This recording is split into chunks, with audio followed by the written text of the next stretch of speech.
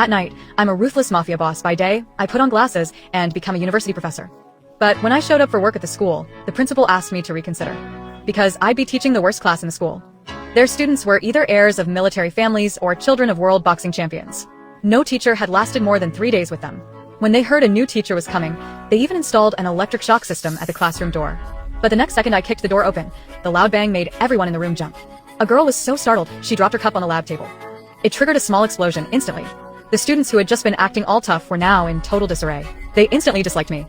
But I threw a blackboard eraser to shut her up. Everyone in class was furious. They started throwing tennis balls at me. I casually grabbed a textbook and hit the ball right back. Then I snapped a piece of chalk and flung it with a ruler. Each student got hit square in the forehead. I introduced myself as their new physics teacher and said they were welcome to ask about other subjects too. The students stared at each other in confusion.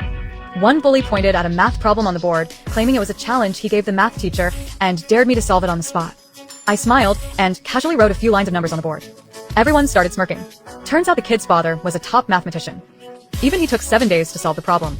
No one believed I could solve it in seconds. Just then, the math teacher came in to grab a book. He saw the answer on the board and froze in shock. He immediately asked who had solved it, but the students were too busy checking the solution.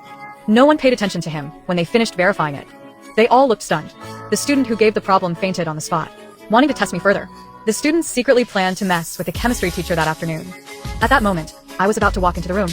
Suddenly, an explosion came from inside. The chemistry teacher walked out covered in soot. I stormed into the classroom angrily. The bully pulled out his gadget to threaten me, saying if I didn't leave, I'd be blown to bits. But to me, his invention was worthless. I even invited them to come build rockets with me. The students burst out laughing, thinking I was bluffing.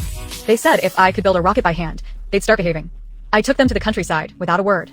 They even started live streaming, planning to watch me fail. But to their shock, I built a rocket in under 5 minutes.